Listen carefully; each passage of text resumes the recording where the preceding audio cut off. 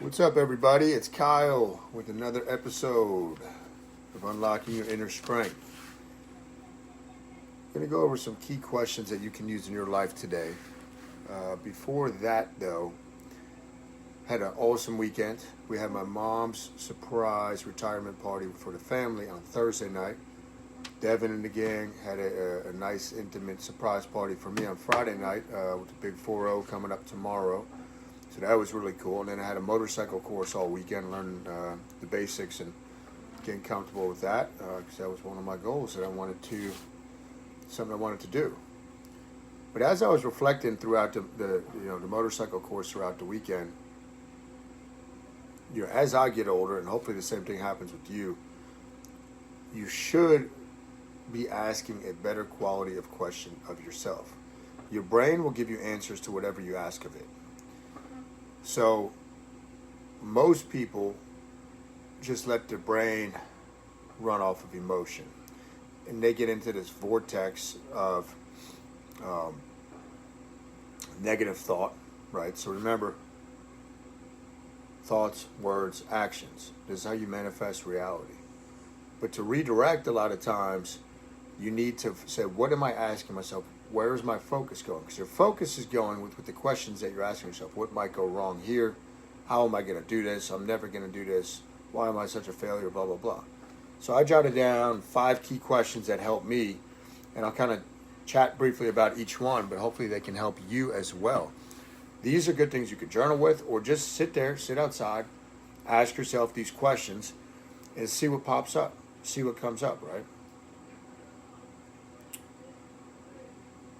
First one, when we're talking about threat, threat is going to cause you to go into freeze mode when we're talking about mind map. Threat is really, your brain is running this question, how safe am I?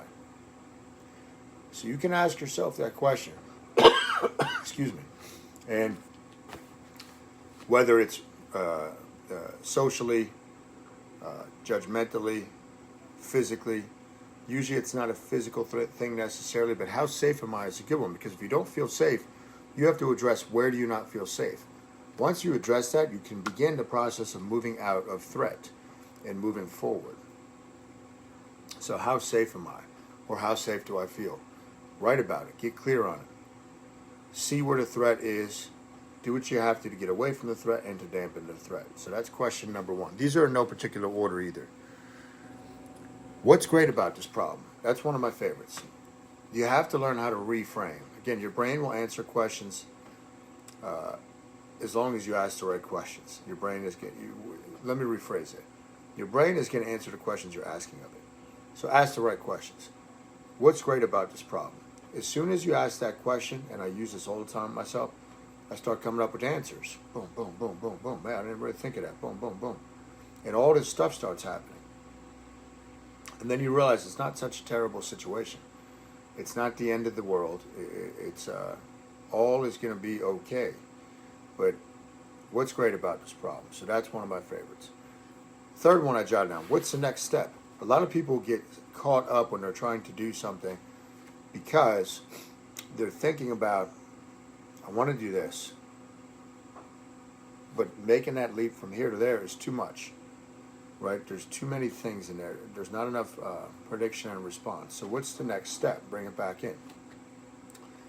Use my motorcycle course as an example. I started thinking about this a year ago. Okay, so if you go from thinking about it to how do I learn how to ride a bike, get my license, all this stuff. Where am I going to get a bike? I started talking to people that recently got bikes. Okay, find out that, hey, sign up for the rider education course. That'll be step 1. Okay. So I signed up for the course a couple months ago. Took the course this weekend. Now I've contacted a few people about purchasing a bike. So you take one step at a time until it becomes a reality. That's the way your thoughts become things. Where people get caught up with it is they're thinking, so you have different parts of thoughts becoming things. You got to be able to emotionally and visually feel yourself in the spot you want to be in as if it's already happened. So you got to feel that, because that's going to charge your actions. And then realize there's a gap between that and where you are. And that gap is where you have to say, what are the next steps? You got to take the action. It's not just going to happen. It will not just happen on its own. 2 more. Can anxious thought add a single day to your life? I believe Jesus Christ said that. Can anxious thought add a single day to your life? No, it cannot. If anything, it's going to take time off of your life. There's no reason to be anxious. If you can't deal with the problem immediately, let it go. Decide what you want to do about it, and then that's it. Because all the anxiety is what if, thinking about all these possible scenarios. Can anxious thought add a single day to your life? If you're using it for yourself, you would say to my life. Think about this type of stuff. And this is one of my new favorites. Am I at ease in this moment? Am I at ease at this moment? If you're not at ease, you're not present. Your mind is drifting. You're either remembering something, probably angry about something that happened, or you're fearful and anxious about something that might be coming up potentially. Am I at ease at this moment? If the answer is no, you are not fully present. In the present moment, there should just be ease and peacefulness. But the problem is your mind drifts. And your mind, your body might be there, but your mind and spirit might be somewhere else. And that's a problem. You got to get all these two aligned. And that's a hard thing to do, just the way society is now.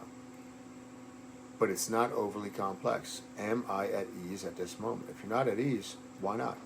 Work on it. Ask yourself the questions. Do what you got to do. Your brain is a super powerful mechanism. It's a super powerful machine.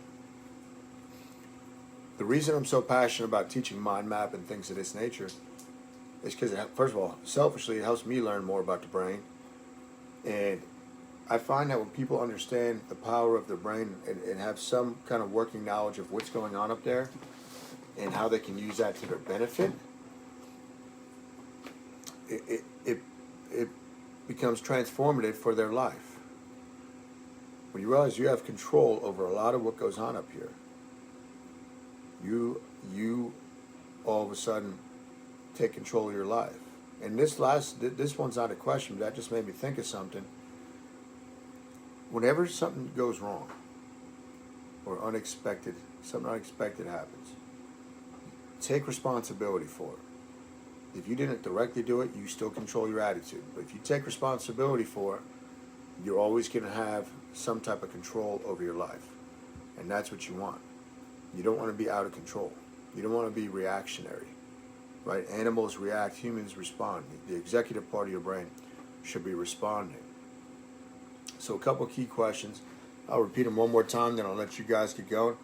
How safe am I at this moment? What's great about this problem? What's the next step?